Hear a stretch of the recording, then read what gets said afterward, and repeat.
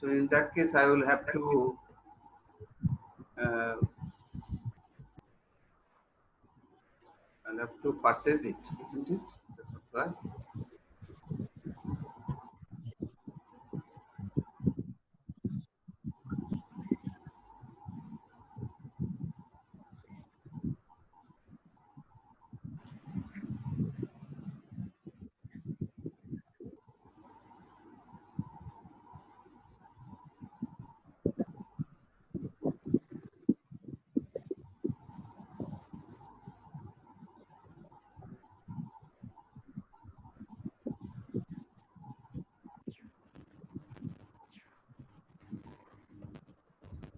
So I'm not sure whether yes, it's recording, but the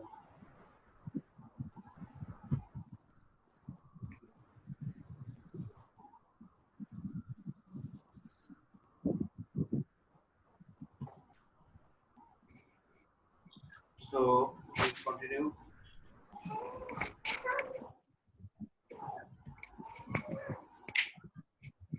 So polycatheter will measure the urine output through it, and the inotropes, about inotropes, what drugs he is getting, whether the infusion is running and whether the correct dose he is getting, then that we will have to consider. Chest X-ray, we will have to do an immediate chest X-ray, and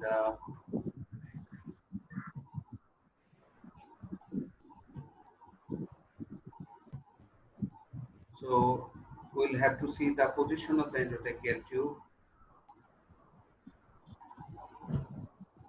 position of the nasogastric tube, the chest tube, lung fields or the fluid or air fluid level, heart shadow, Swan-Ganz catheter tip. We'll have to look after IVPT, mediastinal void, etc. We'll have to see all these things on the chest X-ray.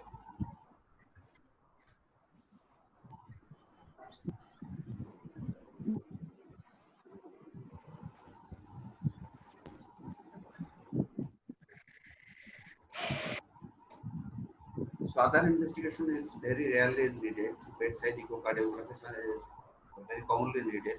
But Doppler study like carotid, peripheral, venous, CT and MRI, these are very rarely needed. Laboratory investigation include the imaging which is done in the ICU setting, electrolyte, particularly the potassium concentration status. These are all done in the ICU setting, but there should be a laboratory nearby and where we'll get the CBC hematocrit Son. reading.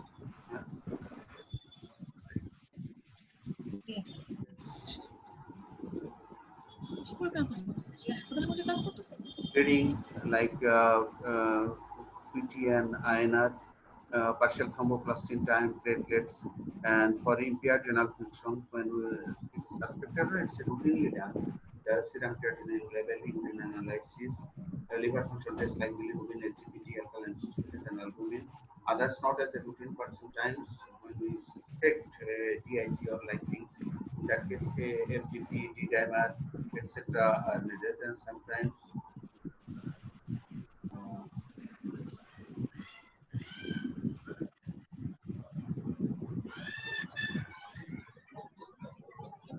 now we'll talk about the other things.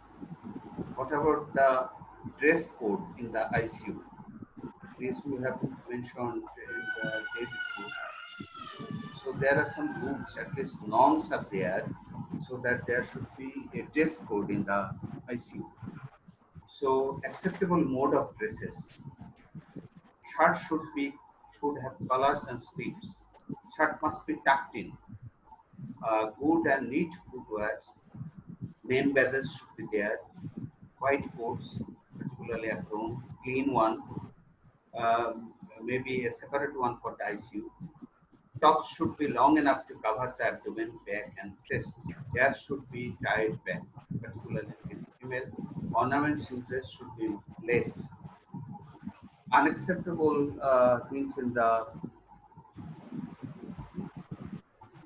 unacceptable mode of dresses. For example, halter or tank tops, very bulky tops should not be used. Low cut blouses or dresses should not be used. Shorts or dresses should not be used. Visible undergarments should not be used.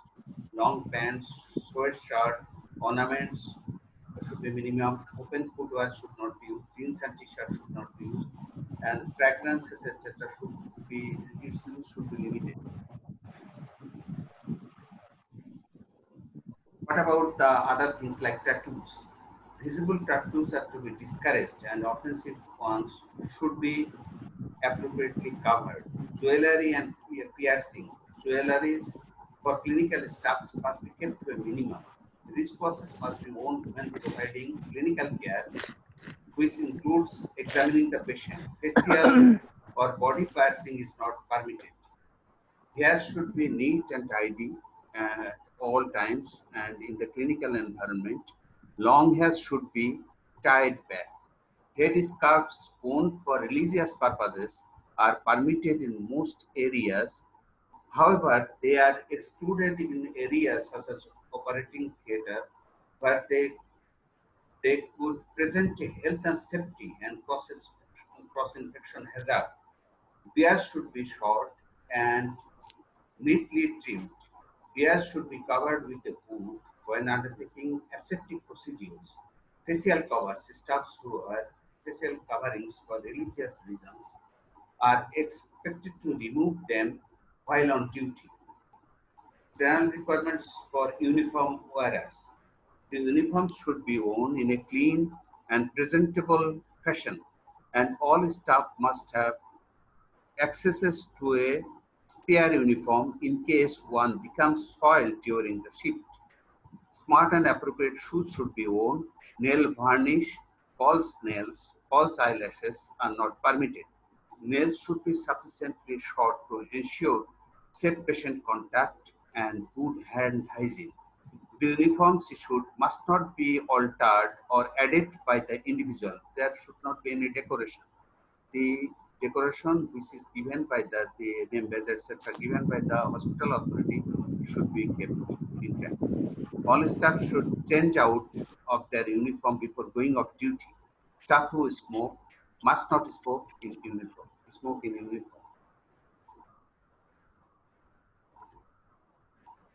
ICU dress for patients. It should be a open one or it may be a closed one depending upon the situation. ICU care for nurses, it depends upon the situation. For example, here uh, she is without mask care because there is no open wound uh, or the wound has healed up. In that case, she would be like that. But whenever there is a wound, very recent wound, or he's working with, she is working with the invasive lines. In that case, she would wear uh, mask and cap and other dresses, ICU dresses as well. But in very infectious conditions like COVID-19, we should take all the personal protective equipments, including headgears, the face shield, etc. Everything he should take. He or she should take. Surgeon's attire. How the surgical surgeon should dress up. The OT dress is called scrubs. Soiled scrubs and or hats should be changed as soon as possible and certainly prior to speaking with family members after a surgical procedure. So that should be removed if it is soiled. Scrubs and hats worn during the dirty and contaminated cases should be changed prior to subsequent cases even if not visibly soiled. Mask should not be on dangling at any time. There is somebody wears mask hanging on the chest. It should not be like that. If you dangle the mask there, in that case it should be removed. Operating room scraps should not be owned in the hospital facility outside of the operation theater area without a clean lab coat or appropriate cover up over them. War scraps should not be worn at any time outside the hospital perimeter. Operating room scraps should be changed at least daily. During invasive procedure, the mouth, nose and hair, skull and face should be covered to avoid potential wound contamination. Large side burns and ponytails should be covered and contained.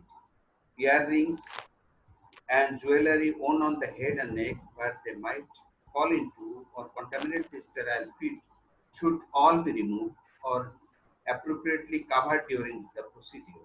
The ACS, American College of Surgeons, encourages clean, appropriate professional attire, not scrubs, to be worn during all patient encounter outside the operating room. So there should be professional attire outside the, for example, in the OPD section, or whenever you are uh, seeing a patient in the chamber, at that setting also the professional attire should be there. The professional attitude should be always maintained. The skull cap can be worn when close to the totality of hair is covered by it, and only a limited amount of hair on the nape of the neck or a modest side bunch remains uncovered. Religious beliefs regarding headwear should be respected without compromising patient safety. The SCS strongly suggests that scrubs should not be worn outside the perimeter of the hospital by any healthcare provider or doctors working in the ICU. This should be their dress. If he wants to examine very closely, especially the head neck area or invasive lines, he should put on a mask also. But in COVID-19 or various very much transmissible type of infection is there, in that case, or particularly in case of very drug resistant bacterial infection, in that case, the personal protective equipment should be like this. The adjacent lab, which remains to the ICU, the biosafety levels should be maintained. There is four types of biosafety level 1, 2, 3, and 4. So there are, depending upon the risk of infection, transmission of infection, the biosafety level will vary. So, for example, no containment is necessary where there is common organisms unlikely to cause disease, for example, Escherichia coli infection. Agents that present minimal potential hazard to personnel and the environment. And autoclave requirements is none. When there is moderate risk, disease of varying severity, particularly influenza, HIV, or Lyme disease, this type of viral or bacterial infection, in that case, agent associated with human disease, when there is chance of that specimen to human transmission or human to human transmission and pose moderate hazard to personnel and the environment, in that case, BSL level 2 is maintained. In the very severe type of infection where there is non-containment of the infection, there is chance of aerosol production and transmission, serious and potentially lethal diseases there, particularly, for example, like tuberculosis, open type of tuberculosis, indigenous and exotic agents that present a potential hazard for aerosol transmission or agents causing serious, potentially lethal disease. In that case, they should pass through the autoclave. These things should pass through the autoclave and the lab should be biosealed. When there is maximum containment necessary, for example, in life-threatening disease spreading, chance of life-threatening disease spread in, for example, Ebola virus or COVID-19 virus infection, uh, dangerous and exotic agents that poses a high risk of aerosolized transmission to laboratory personnel and other personnel present there. They should pass through autoclave and bioseal requirement in the laboratory room. This thing has been further improved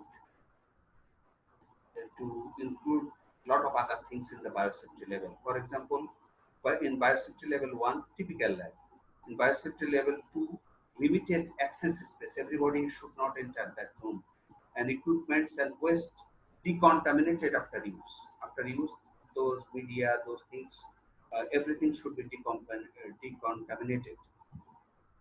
In biosafety level 3, access through airlock, negative air pressure barrier, and air should not be circulated. Negative air suction may be there. Class 3 clothing required. Those clothing which are impermeable to water or air resistant. Uh, Equipment and waste decontaminated after use. When biosafety level 4, it is the highest level, requires a separate facility or structure. It should be away from that common lab, and negative air pressure should be there inside. Air is not circulated, requires pressurized personal suite, clothing, equipment, and waste decontaminated after use. In ICU, what are the factors that increase cross infection?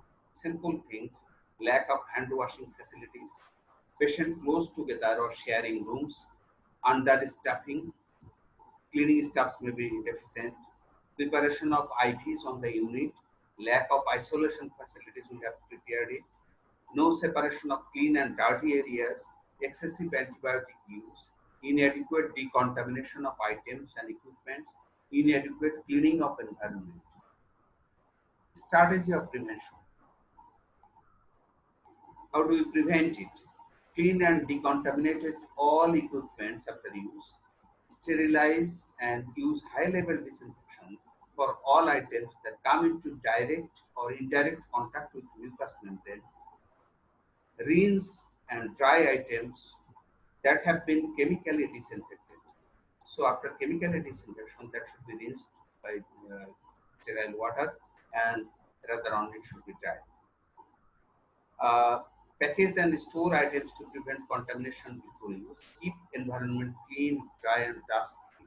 Dust count are also done, and some OT and operation facilities they use these dust filters to make the environment clean. Now, how to clean? Clean the wall and ceiling with bacillocid. This is one of the mixture containing glutaraldehyde, 1%. AC ducts and vents should be cleaned. Mop the beds and mattress with bacillocid, 1%. Mopping should be done for air beds unless contraindicated by manufacturer's instruction. Floor should be scrubbed with water and detergent and then mopped with bacillocid from inside to outside. Suction jars and humidifier should be cleaned with soap and water, and Corsolex and dipped in sodium hypochlorite, 1% very dilute sodium hypochlorite for 45 minutes, or sent for ETO gas sterilization. All equipments, clinical and non-clinical, are mopped with disinfectants. Biomedical staff is responsible for cleaning of all electronic equipments with Bacillo 25. This is more concentrated. So these are the teams. They are the cleaning staffs, and the British uh, committee of cleaners committee actually, they appeals that the cleaning staffs must be considered as critical or key workers. And in COVID-19 patient, they have greeted the clinic staffs with clapping, and because they are the real heroes, they are also the frontline heroes. We must consider them as heroes. So, how to clean the ICU? Barn ICU, where vancomycin resistant enterococci is a possibility in the twice daily cleaning. In medical ICU, or where there is vancomycin resistant enterococci possibility, improve daily and terminal cleaning. At the end of the procedure, there should be cleaning. 10 ICUs, VRE or MRSA, feedback using fluorescent marker, bucket cleaning. Neuro ICU, where Acinetobacter is a probability, then hypochlorite solution uh, should be used, and education of the cleaning staff should be done. Surgical ward or MRSA, where it is a possibility, increase cleaning hours per week, including shared equipments and tasks. two surgical wards or MRSA, where MRSA is a possibility, one additional cleaner, and 6 month crossover design. Cleaning pattern should be changed after every 6 months. Otherwise, there will be resistance. Now, the term is changed from universal precaution to standard precaution. Why is that? In universal precaution, there were at least eight parameters which is considered, like use barrier protection to prevent skin and mucous membrane contact with blood and other body fluid.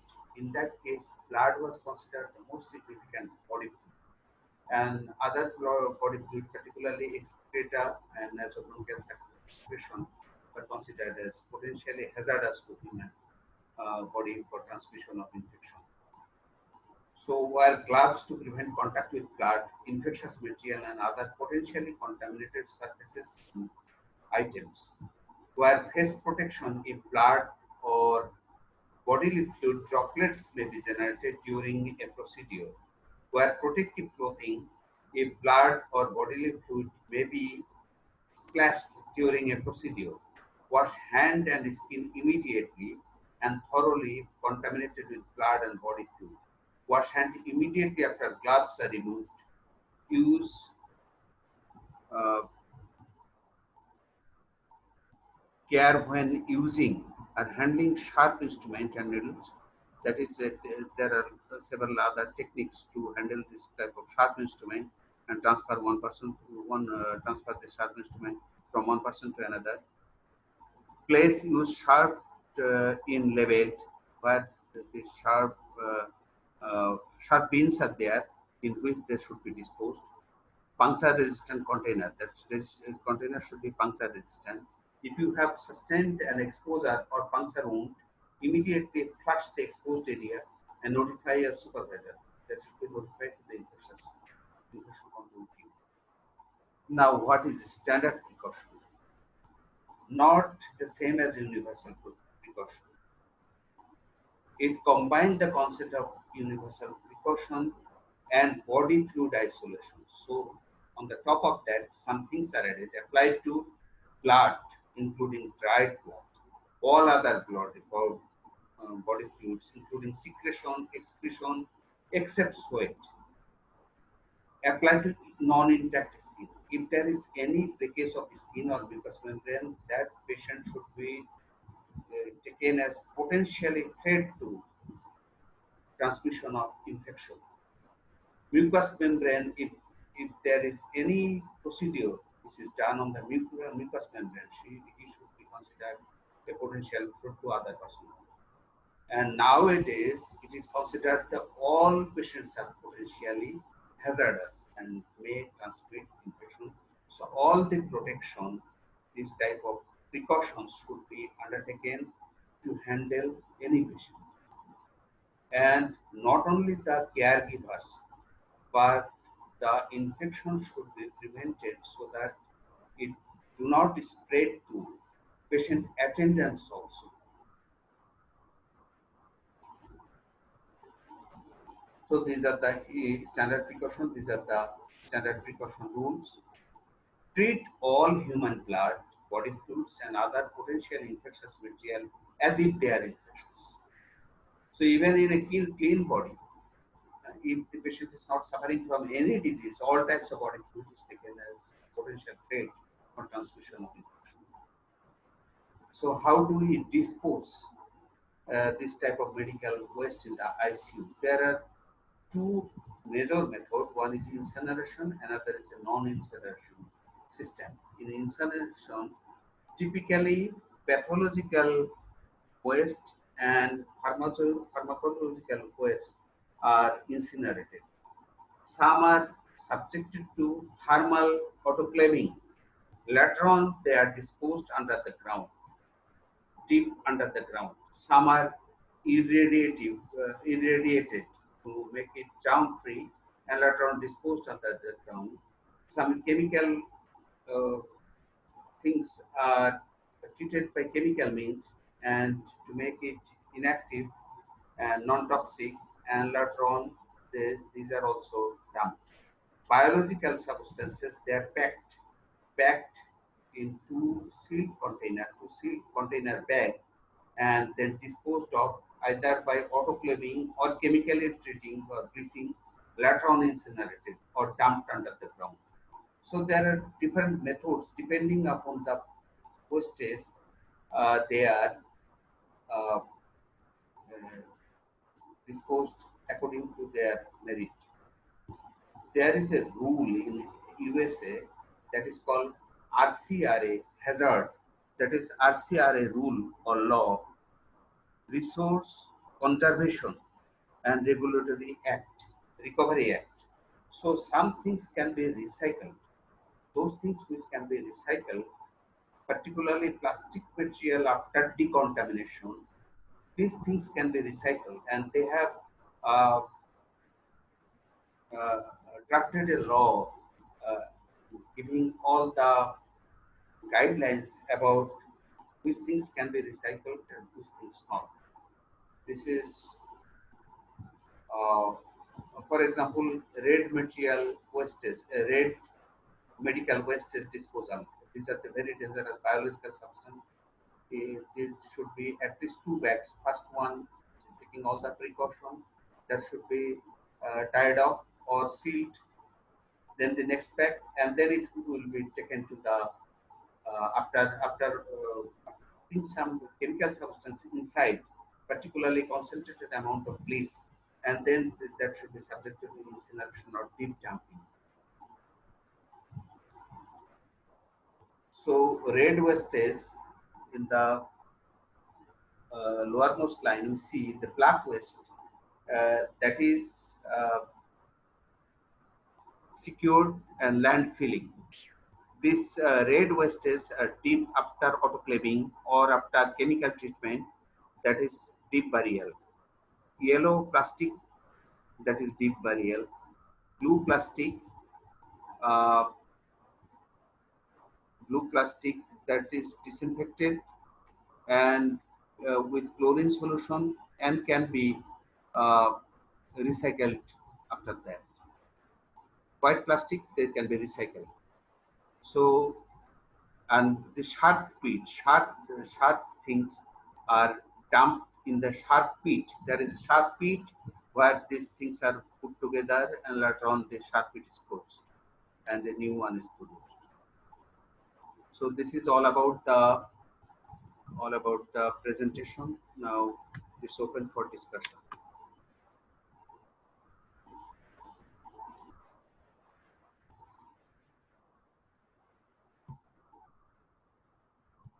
So it's open for discussion now. The question answer session. I'll have to unmute all. Huh?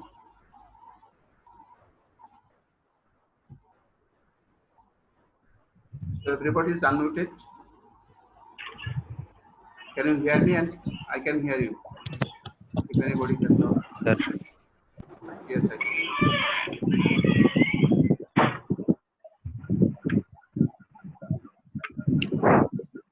Yes, sir.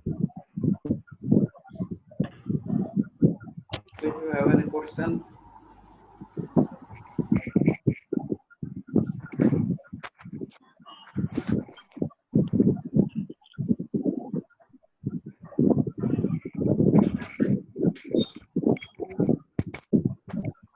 Sir আসসালামু আলাইকুম sir, আমি আরিফ বলছিলাম। Hello sir. Yes. Sir, আমরা post operative patient আইসিইউতে যখন receive করব তখন neurological examination, মানে ইন্টিউবেটেড যেসব পেশেন্ট থাকে নিউরোলজিক্যাল এক্সামিনেশনে মানে কি দেখবো অথবা কতটুকু সময় পর দেখবো আর কি sir? If the patient is anesthetized and Yes. deep sedation under paralytic muscle relaxant charge, then there is not much to do neurological examination, but you can monitor the size of the. So we'll have to enter again. This is a problem. So if it stops, then enter again. So in that case, size of the people, particularly if there is any inequality, you will not get the light difference right at the moment, but you can record it about the size of the people on both sites. So that will be helpful later on, and if there is any vulnerability damage.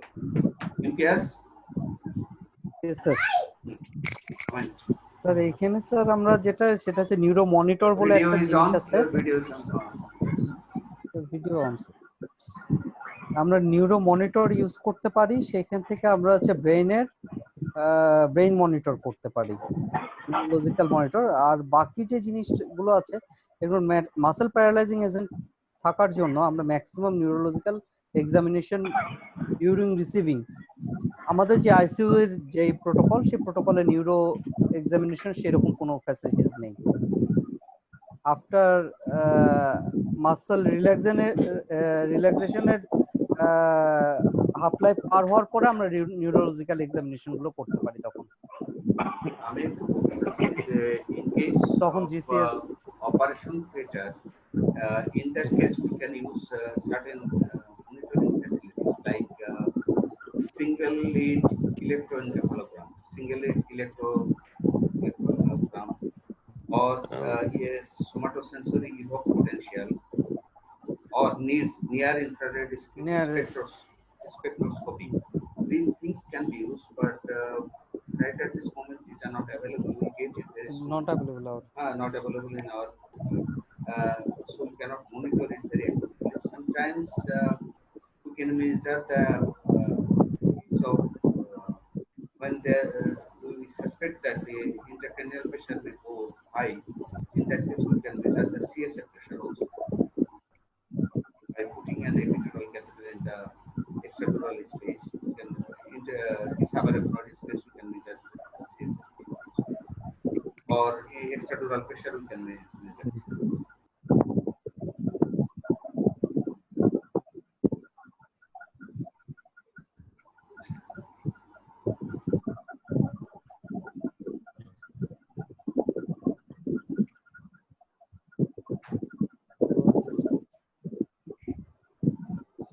ওটা লাগাই দিও। হ্যাঁ,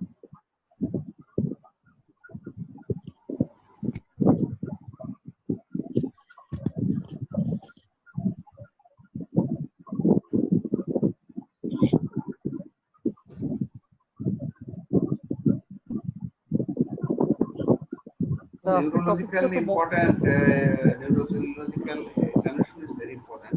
At least you will have to have those baseline information there.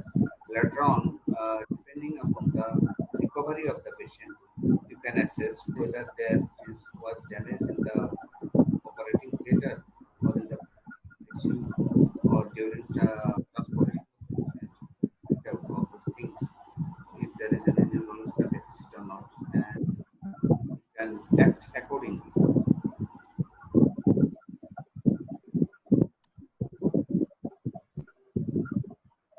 Thank you. Sir standard precaution আর universal প্রিকশনের মাঝে পার্থক্যটা বুঝতে পারিনি।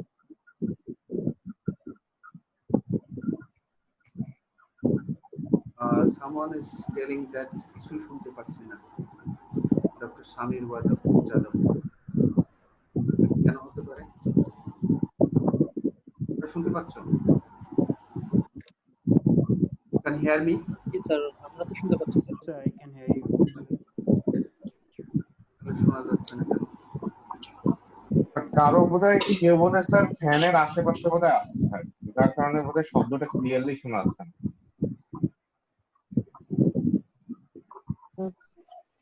আমার ফ্যানটা অফ করে দিই, একটু ওয়েট। ওই বেশ ফ্যানে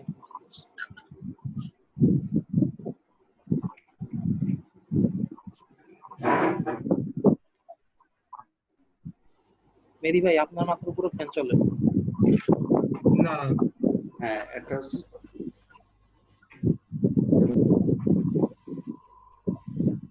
স্ট্যান্ডার্ড প্রোটোকল আর ইউনিভার্সাল প্রোটোকলের ভিতরে, ইউনিভার্সাল প্রিকশনের ভিতরে যে ডিফারেন্স, এটা হলো যে আগে যাদের আমরা বলতাম, প্রশ্ন করতাম যে কাদের কাদের ক্ষেত্রে আমরা ইউনিভার্সাল প্রিকশন নেব, এই হেপাটাইটিস বি পজিটিভ পেশেন্ট বা HIV patient, hepatitis C, like that, those patients who are suffering from some sort of transmissible disease, Again, in operating those patients, handling those patients, we used to take universal precaution. But nowadays, because we don't know, even in the incubation period, even the asymptomatic patient, they are suffering from this type of transmissible diseases. So that is a potent threat to everybody, every healthcare providers. So now the universal precaution has been extended to dealing with any type of patient to whom you will go into close contact. Those patients should be taken as a potentially threat all body fluids like saliva, nasal secretion, stool, urine, blood, everything excepting sweat. Sweat is not included now. Uh, so every secretion, if you touch any type of those secretion, in that case you are exposed to a potentially threat of infection. So you will have to take all the precaution, handling all the patient. And not only you should be careful about you only, you should be careful about prevention of transmission to other healthcare providers, even the patient's attendant.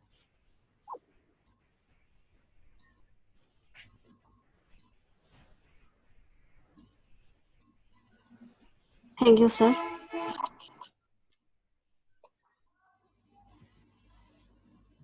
So it will stop again, and so you will have to readmit again.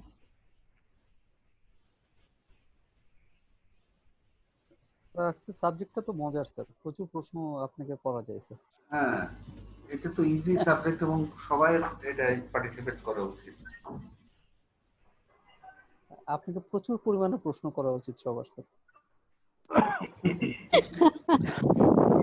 Thank you sir.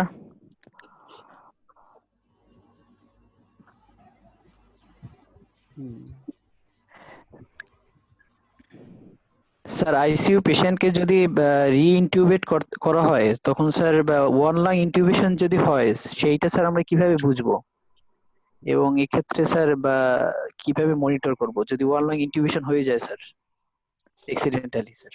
So after intubation, what you do? After intubation, you check. This is very much important. You don't depend upon the anesthetist only. You will have to check it yourself whether both lung is ventilated or not, whether that is adequately ventilated or not, expanding equally or not, and then you will do a chest X-ray to see. And initially, the oxygenation will not be adequate, and there may be increased airway pressure. So these things you will have to give you some suspicion about the single lung ventilation. In case sir চারটা পয়েন্টে আপনি touch করে গেছেন। First one হচ্ছে আমি ইন্টুবেশন করলাম, তার position ঠিক আছে কিনা ইটি টিউবের, এটা আমরা দেখে নেব। 2 নম্বর তাকে auscultation, 3 point auscultation must both lung. আমরা হচ্ছে অসকালটেশন করলাম 2 লাঙে হচ্ছে তোমরা আমরা ইয়ার এন্ট্রি পাচ্ছি কিনা। 3 নাম্বার আমি তার মনিটরের দিকে তাকাবো, ভেন্টিলেটর মনিটর। ভেন্টিলেটর মনিটরে গত দিন আমাদের যে ডিসকাশন ছিল যে আমাদের সবকিছু নির্ভর করে কয়েকটা জিনিস, 3টা জিনিস, একটা হচ্ছে 4টা জিনিস। একটা হচ্ছে আমাদের হচ্ছে টাইডাল ভলিউম, আমাদের হচ্ছে প্রেসার, আমাদের পিপ, এগুলো সবকিছু ক্যালকুলেশন করে আমাদের হচ্ছে পিআইপি হচ্ছে ক্যালকুলেশন হয়। যখন হচ্ছে পিক ইন্সপিরেটরি প্রেসার, যখন হচ্ছে আমার টাইডাল ভলিউম আমার 500 দেওয়া আছে, যখন আমার এক লাঙে আমি টাইডাল ভলিউম 500 দিব তখন তার অটোমেটিক তার পিক ইন্সপিরেটরি প্রেসারটা বেড়ে যাবে। এই পিক ইন্সপিরেটরি প্রেসার যখন দেখা যাবে অনেক হাই দেখাচ্ছে তখন আমাকে চিন্তা করতে হবে যে হচ্ছে আমার ওয়ান লাং ভেন্টিলেশন হওয়ার সম্ভাবনা থাকতে পারে। এবং থার্ড ওয়ান যেটা, সেটা রেডিওলজিক্যাল সাপোর্ট নেওয়া। রেডিওলজিক্যাল সাপোর্ট দেখে আমরা ইটি টিউবের পজিশনটা আমরা এক্সরে করলে আমরা তখন আমরা ভিজুয়ালাইজ হচ্ছে আমরা